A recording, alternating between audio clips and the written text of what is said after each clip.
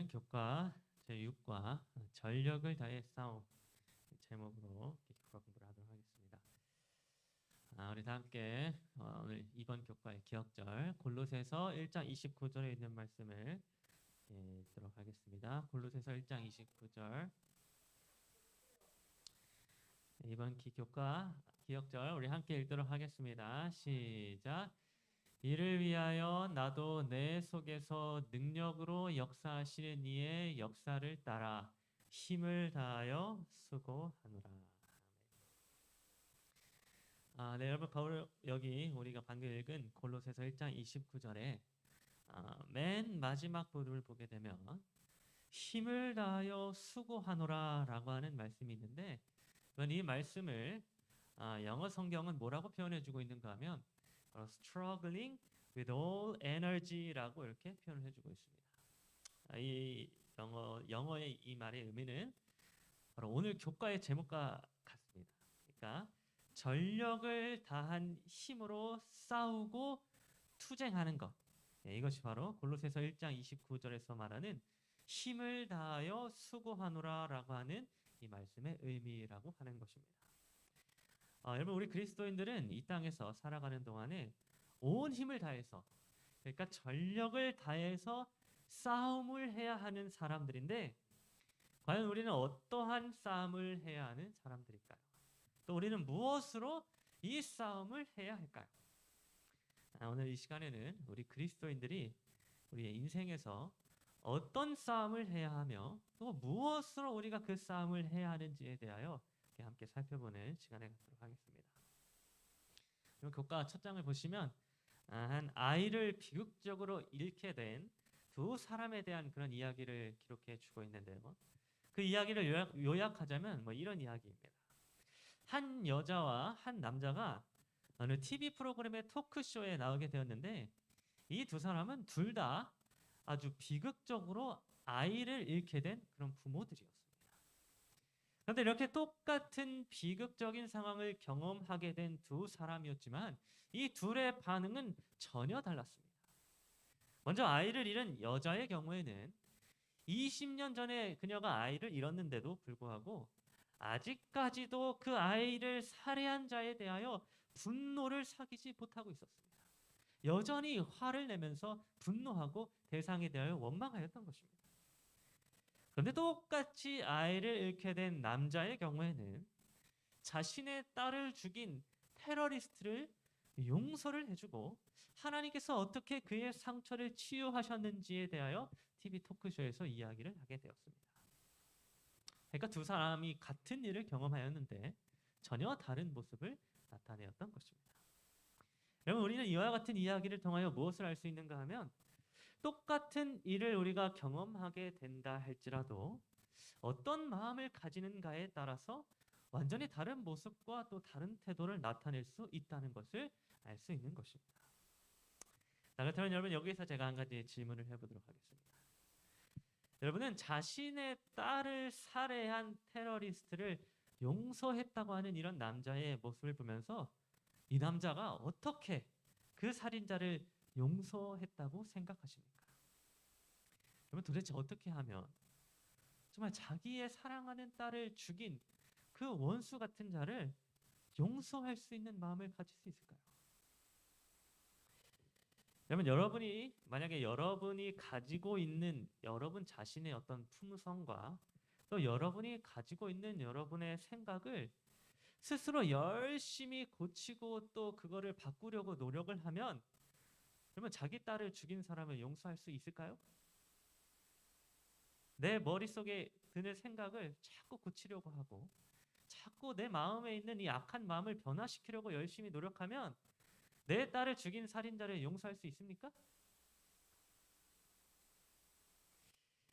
여러분 분명한 사실 한 가지는 무엇인가 하면 우리가 우리의 마음을 그냥 있는 그대로 놔두게 될 때에 우리의 마음은 분노 혹은 원망하는 그런 마음으로부터 결코 벗어날 수 없다고 하는 것입니다. 그러면 아이를 잃었던 여인이 20년이 지난 이후에도 여전히 그 분노를 잊지 못해서 여전히 분노 속에서 살인자를 증오하고 또 원망하였던 것처럼 아무것도 하지 않은 우리 자연적인 우리 마음의 본성과 그 마음은 아무리 시간이 지나도 그 분노로부터 벗어날 수가 없고 또 다른 사람을 용서할 수 없다고 하는 것입니다. 그런데 반면에 이 테러리스트를 용서했던 한 남성은 자기 마음속에서 무엇인가를 하게 되었습니다. 여러분, 저는 그것이 바로 투쟁과 싸움이었다 이렇게 생각을 합니다. 여러분, 이 남성은 자기 마음을 그저 분노 속에서 세월을 지내도록 그렇게 놔둔 것이 아니라 어떤 큰 싸움을 하게 되므로 용서할 수 있는 그런 마음을 남자가 얻게 되었다는 것입니다. 그렇다면 이 남성은 어떤 싸움을 하였던 것일까요? 여러분, 성경은 우리 속에서 어떠한 싸움이 일어나고 있는지에 대하여 로마서 8장 5절과 6절에서 이렇게 기록을 해주고 있습니다. 육신을 따르는 자는 육신의 일을, 영을 따르는 자는 영의 일을 생각하나니 육신의 생각은 사망이요 영의 생각은 생명과 평안이니라. 여러분, 성경은 우리 사람의 마음, 그러니까 우리 머릿속에서 두 가지의 생각이 서로 싸움을 일으킨다고 기록을 해주고 있었습니다. 하나의 생각은 육신이라고 하는, 그러니까 우리가 이 땅에 태어날 때부터 가지게 된 아주 자연적인 본성을 이야기해주고 있고, 또 다른 하나는 영을 따르는, 곧 예수님을 우리가 믿게 됨으로 거듭나게 되어서 성령 하나님으로부터 새로운 마음을 받게 된 이 새로운 본성, 이 두 개의 본성 혹은 두 개의 생각이 우리 마음 속에서 아주 치열한 싸움을 일으킨다고 성경은 기록해 주고 있는 것입니다. 여러분, 여기서 우리가 아주 중요한 사실 한 가지를 확인할 수 있는데, 그것은 무엇인가 하면 바로 우리의 이 마음 속에는 두 가지의 생각이 혹은 두 개의 본성이 항상 같이 공존하고 있다는 것입니다.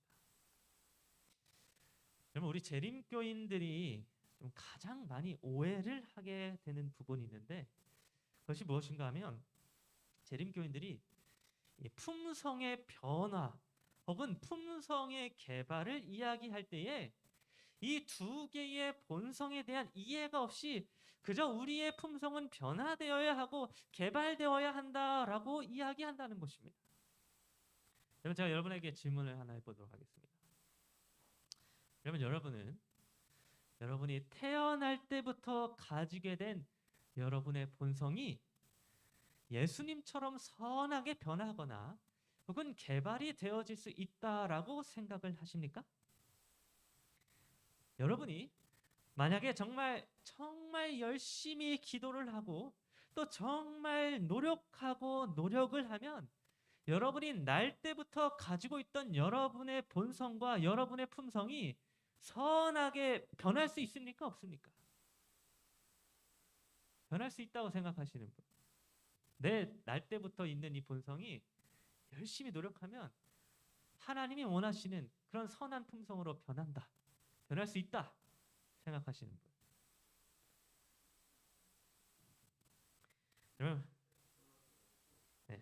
여러분, 만약에 여러분이 날 때부터 가지고 있던 그 품성과 본성이 선하게 변할 수 있다라고 생각을 하신다면 여러분은 성경과 다른 사상을 가지고 계신 것입니다. 여러분, 왜냐하면 지금 성경은 아주 분명하게도 육신의 생각은 사망일 뿐이다라고 기록해 주고 있기 때문입니다. 여러분, 로마서 8장 7절을 보고는 그 사실을 더 적나라하게 이렇게 표현을 해주고 있습니다. 육신의 생각은 하나님과 뭐가 된다고요? 원수가 되나니 이는 하나님의 법에 굴복하지 않을 뿐만 아니라 뭐라고요? 할 수도 없음이라. 여러분, 여기서 말하고 있는 이 육신의 생각이란 우리가 날 때부터 가지게 된 우리의 자연적인 본성을 이야기하고 있습니다. 그런데 그런 우리 사람이 날 때부터 가지게 된 본성은 하나님과 뭐가 된다고요? 원수가 된다라고 기록을 해주고 있으며 하나님의 법에 굴복하지 않을 뿐만 아니라 하나님의 법을 따르는 일을 결코 할 수도 없다라고 이렇게 아예 못을 받고 있는 것입니다. 다시 말해서 우리 사람의 자연적인 본성은 결코 절대로 하나님의 선을 행할 수가 없으며 하나님과 원수가 되고 사망이 될 뿐이다라고 하는 것입니다. 여러분, 여기에는 그 어떠한 예외도 없습니다. 그 어떤 사람이라 할지라도, 이 세상의 어떤 성인 군자라 할지라도 그 자신의 자연적인 본성과 자신의 품성으로는 그 어떠한 노력으로도 하나님의 편에 서서 선을 행할 수가 없다는 것입니다. 그렇다면 여러분, 우리 사람은 그럼 어떻게 선을 행할 수 있을까요?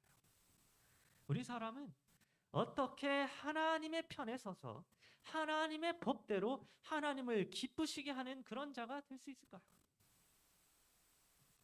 여러분, 성경은 우리 사람이 가진 자연적인 본성으로는 그 일을 절대로 할 수 없지만 하나님께서 부어주시는 새로운 본성, 즉 새 마음과 새 영을 받게 될 때에 그 일이 가능하게 될 것이라고 말씀해 주고 있었습니다. 그래서 에스겔 36장 26절은 그 사실에 대하여 이렇게 기록해 주고 있습니다. 또 새 영을 너희 속에 두고 새 마음을 너희에게 주되 너희 육신에서 굳은 마음을 제거하고 부드러운 마음을 줄 것이며.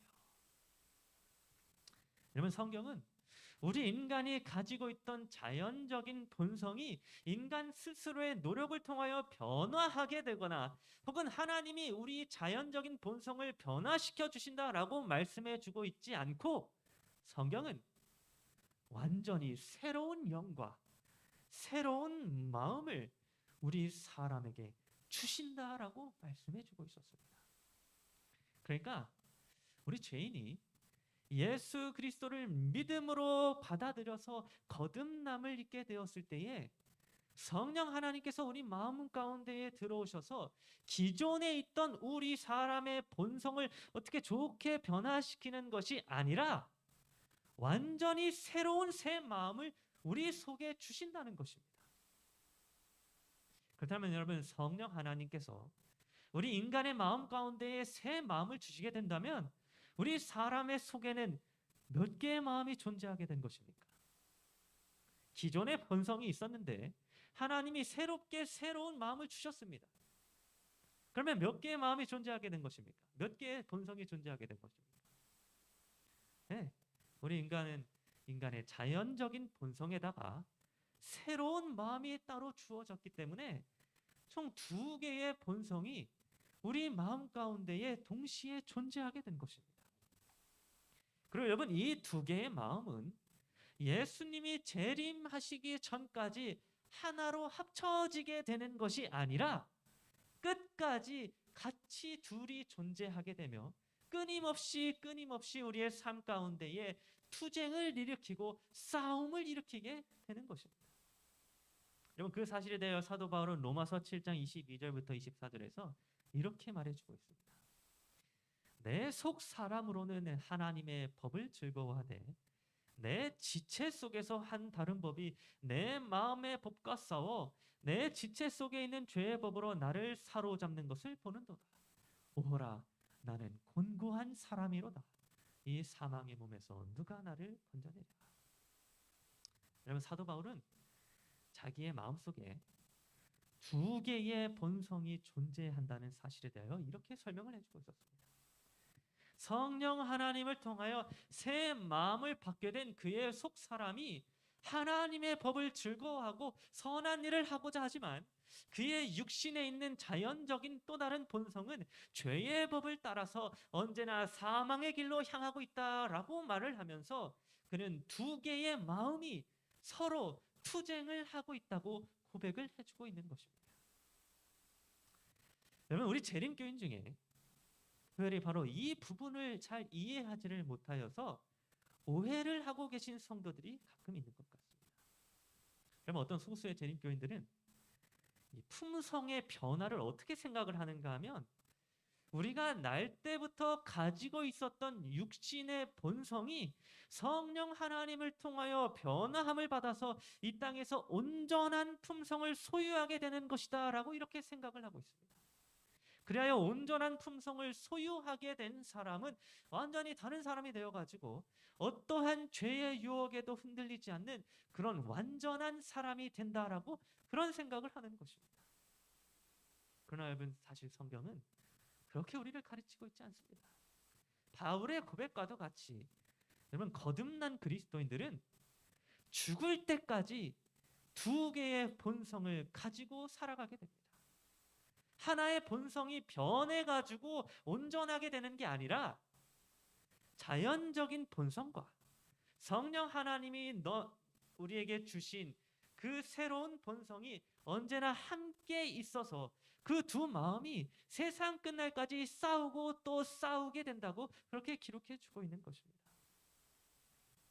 여러분, 우리 인간의 자연적인 본성은 변화하거나 사라지게 되는 것이 아닙니다. 혹은 그 본성이 노력을 통하여서 변화하게 되는 것도 아닙니다.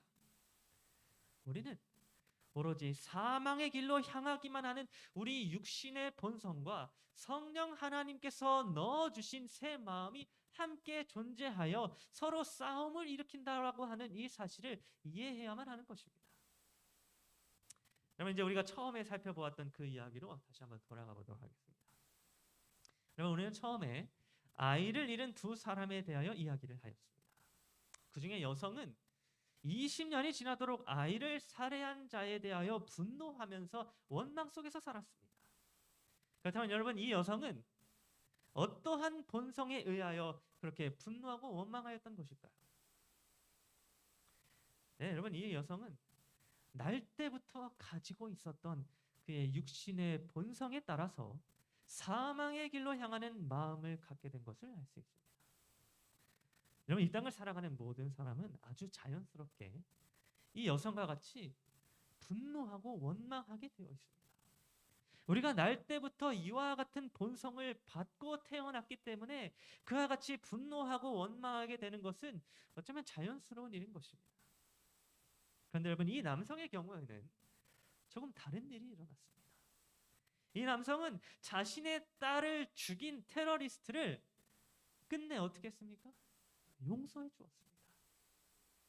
그는 더 이상 테러리스트를 향하여 분노하지 않았고 더 이상 원망하지 않았습니다. 그렇다면 여러분, 이 남성의 경우에는 어떠한 본성에 의하여 테러리스트를 용서하였던 것일까요? 여러분, 이 남성이 자신이 날 때부터 가지고 있었던 자신의 본성을 열심히 노력해서 용서하는 마음을 가지게 되었던 것일까요? 이 남성이 자신의 육신의 본성을 막 고치고 수정하는 그런 피나는 노력을 통하여 테러리스트를 용서할 수 있게 되었던 것일까요? 여러분, 저는 결코 그렇게 생각하지 않습니다. 성경도 그와 같은 일은 완전히 불가능하다라고 기록해주고 있었습니다. 여러분, 이 남성이 자신의 딸을 죽인 테러리스트를 용서하였던 것은 그의 날 때부터 가지고 있었던 본성의 어떤 변화나 그 자신의 노력 때문이 아니라 성령 하나님께서 부어주신 새로운 마음 때문이었습니다. 여러분, 이 남성은 테러리스트를 용서하는 과정에서 전력을 다한 싸움을 하게 되었는데 그 싸움은 바로 이 두 개의 마음 가운데에 어떠한 마음을 선택해야 하는지에 대한 싸움이었습니다. 여러분, 이 싸움은 자기의 본성을 변화시키기 위한 자기 스스로의 노력이 아니라 둘 중에 어떤 선택을 할 것인지에 대한 투쟁이었습니다. 두 개의 마음, 즉 날 때부터 가지고 있었던 자연적인 본성이 가르치는 사망의 길과 성령 하나님께서 불어넣어 주신 새로운 본성이 가르쳐주고 있는 생명의 길, 그 사이에서 어떠한 길을 선택할 것인지에 대한 싸움이 그의 마음속에서 이루어지게 되었던 것입니다. 그리고 아주 감사하게도 이 남성은 그 싸움에서 그의 의지를 통하여 무엇을 선택하였는가 하면 새로운 본성, 즉 성령 하나님께서 부어주신 새 마음을 선택하게 되었고, 그러나요 그에게 입혀지신 예수 그리스도의 마음으로 테러리스트를 용서하게 되고 평안함을 얻게 되었던 것입니다. 그러면 우리 그리스도인들은 평생 동안 싸움을 해야 하는 사람들입니다. 이 싸움은 어디서 일어나는 싸움인가 하면 우리의 마음과 우리의 생각에서 일어나는 싸움입니다. 그리스도인의 마음 속에는 언제나 두 개의 마음이 있어서 그 두 개의 마음이 싸움을 일으키며 어떠한 쪽을 선택할 것인지에 대한 투쟁이 끊임없이 일어나는 것입니다. 사도 바울은 이와 같은 투쟁을 죽는 순간까지 하였으며 성경에 나타난 많은 믿음의 조상들도 이와 같은 싸움을 그들의 평생에 하면서 살아갔습니다. 그리고 오늘 우리들도 예수 그리스도를 믿음으로 그리스도인이 되어서 거듭남을 받은 사람들이라면 여러분, 이와 같은 투쟁을 우리는 우리의 삶 속에서 끊임없이 해나가야 하는 것입니다. 여러분, 오늘 저와 여러분 모두가 이러한 선악의 대쟁투라고 하는 싸움이 우리 마음 가운데에 일어나게 될 때에 사망의 길을 선택할 것인지 아니면 생명의 길을 선택할 것인지에 대한 싸움이 우리 마음속에 일어나게 될 때에 성령 하나님께 우리의 연약한 의지를 드리기로 선택하게 되므로 마침내 성령 하나님께서 부어주시는 그 새로운 마음, 곧 예수 그리스도의 마음으로 다른 사람들을 용서해주고 또 사랑하며 살아가는 그런 그리스도인들이 되기를 간절히 바랍니다. 세상 끝날까지 이루어지게 될 선악의 대쟁투 속에서 우리가 예수 그리스도를 바라보고 생명의 길을 끊임없이 선택하게 되는 그런 여러분 모두가 되기를 간절히 바라면서 교과 공부를 마치도록 하겠습니다.